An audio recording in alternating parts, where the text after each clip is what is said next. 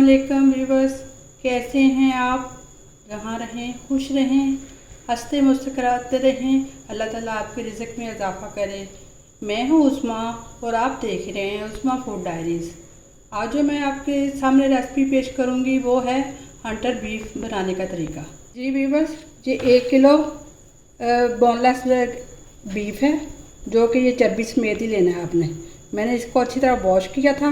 Wash करके मैंने इसमें 2 टेबलस्पून नमक के लगाए हैं, और ये जो इसका एक्स्ट्रा पानी है वो निकला हुआ है, वो मैं गिरा दूंगी। ये 2 टेबलस्पून जो है लहसुन अदरक का पेस्ट है। 1 टेबलस्पून जो है काली मिर्चों की इसमें जाएगी।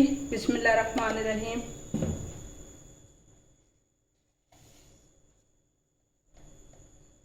और 1 टेबलस्पून जो है ये गरम मसाले का इसमें जाएगा। और ये जो है नींबू का अरक है, ये 6 टेबलस्पून इसमें जाएंगे। बिस्मिल्लाहिर्रहमानिर्रहीम।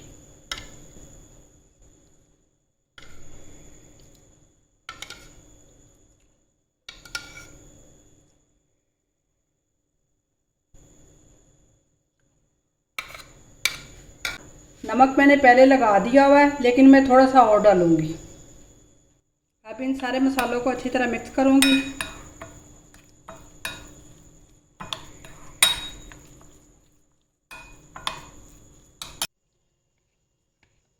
अब ये जो बोनलेस बीफ है, इसको कटिंग बोर्ड के ऊपर रख के इसके गहरे गहरे टक लगा लेने हैं छुरी के, तेज छुरी के साथ।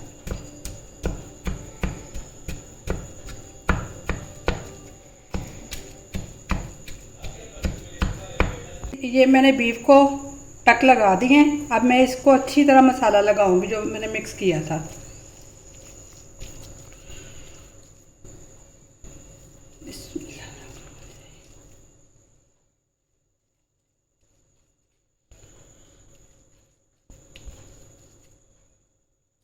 जहाँ जहाँ टक लगाए हैं उसे अच्छी तरह आपने कवर करना है मसाले के साथ। ये मसाला अच्छी तरह अंदर तक रच जाए।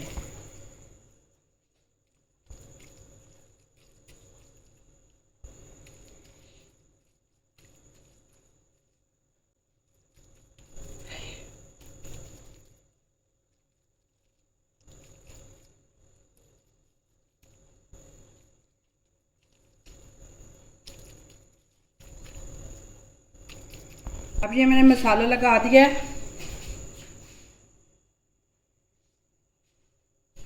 अब ये इस तरह का एक धागा ले लेना है, उसके साथ इसे बांध देना है।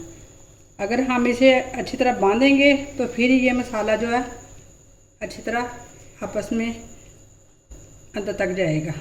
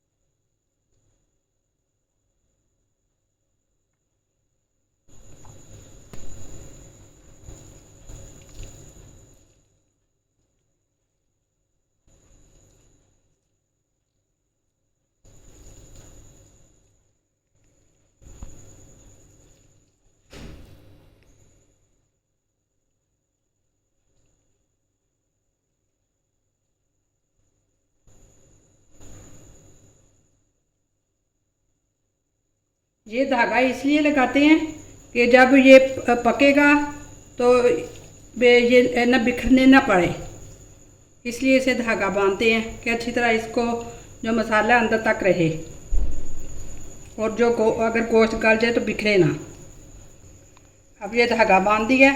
अब इसको इस जो है डिब्बे में डाल देना है, और जो एक्स्ट्रा जो मसाला बचा है ये इस पर लगा दूंगी।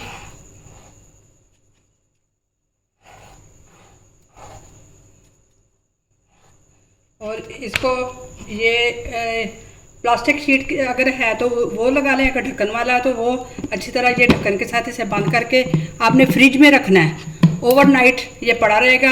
इसको मैंने ओवरनाइट रखा था गोश्त को।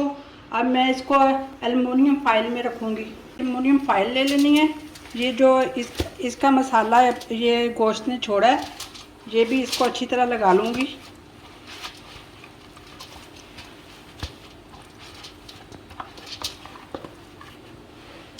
बिस्मिल्लाहिर्रहमानिर्रहीम।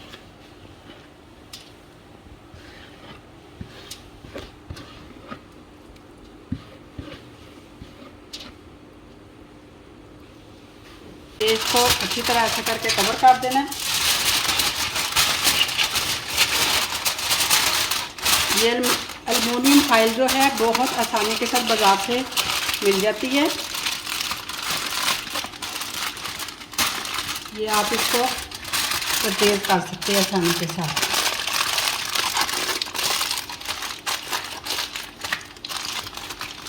तेज छुरी के साथ हल्के हल्के ये स्टीम के लिए ये सुराख कर लेने हैं कि जो स्टीम है अच्छी तरह गोश्त के अंदर जा सके।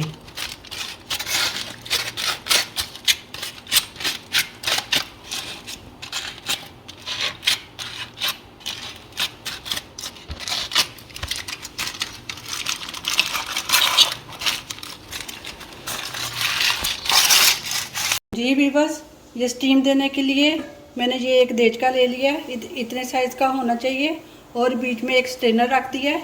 उस ये उबाला आ रहा है, इसमें ये आटा ले लेना है। आटे की मदद से इसको कवर करना है अच्छी तरह।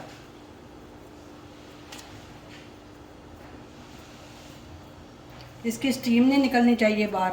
अगर स्टीम निकलेगी तो ये काला हो जाएगा और गलेगा नहीं अंदर तक।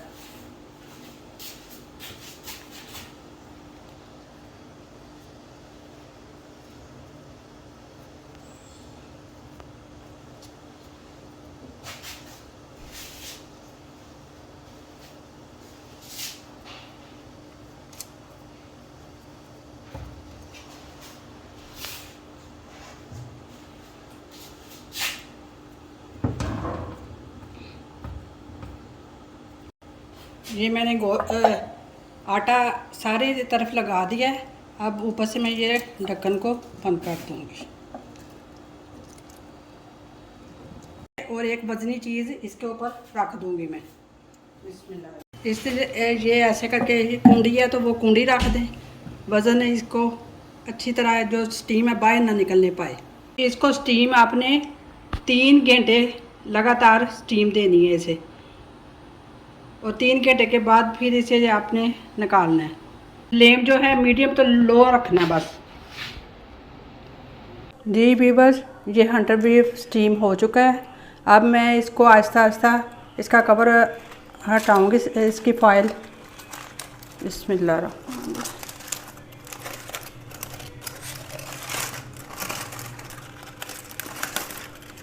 पानी ना छटिए। जी व्यूअर्स, ये हंटर बीफ तैयार हो गया है। ये जो मैंने धागे बांधे थे इसको मैं कैंची की मदद से काटूंगी।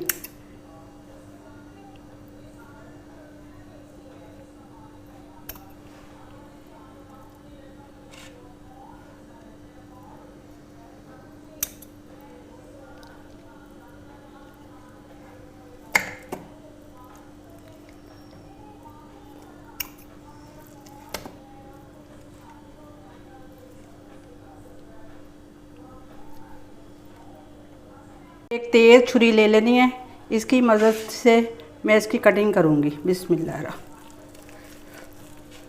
ये देखें,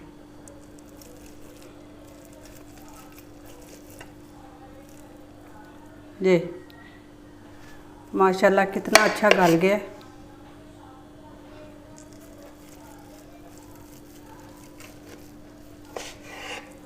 जी भी बस, ये है मेरी रेसिपी की फ़ाइनल लुक। उम्मीद करती हूँ कि आपको मेरी रेसिपी पसंद आई होगी। आप मेरी वीडियो को लाइक कीजिएगा, मेरे चैनल को सब्सक्राइब कीजिएगा और कमेंट में ट्राई करके ज़रूर बताइएगा कि आपको मेरी रेसिपी कैसी लगी। अल्लाह ताला आपको भी सेहत और तंदुरुस्ती दे, और हमें भी अल्लाह ताला सेहत और तंदुरुस्ती दे। नबी पाक सल्लल्लाहु अलैहि वसल्लम पर हमें बहुत ज़्यादा दुरूद पाक भेजना चाहिए।